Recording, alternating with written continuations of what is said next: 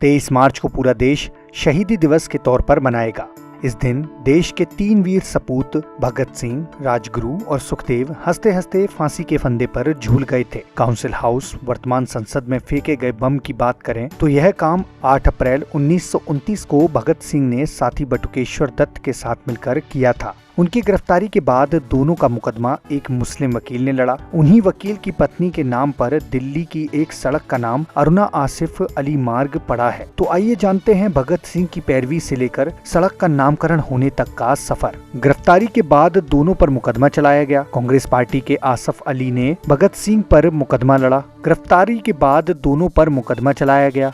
Congress party के आसफ अली ने भगत सिंह का मुकदमा लड़ा। आसफ अली के साथ पहली मुलाकात में भगत सिंह ने उनसे कहा कि हम सिर्फ इस बात का दावा करते हैं कि हम इतिहास और अपने देश की परिस्थितियों और उनकी आकांक्षाओं के गंभीर विद्यार्थी हैं। आसफ अली का जन्म 11 मई 1888 को हुआ था। आसफ अली पहले भारतीय थे जो अमेरिका में भारत के पहले राजदूत नियुक्त हुए। उन्होंने उड़ीसा के गवर्नर के रूप में भी अपनी सेवाएं दी। 1928 में उन्होंने हिंदू ब्राह्मण युवती अरुणा गांगुली से शादी की। अरुणा का जन्म बंगाली परिवार में 16 जुलाई सन 1909 को हुआ था। वह 1930, 1932 और 1941 के सत्याग्रह में जेल भी गईं। वह दिल्ली नगर निगम की प्रथम मेयर के तौर पर 1958 में चुनी गईं।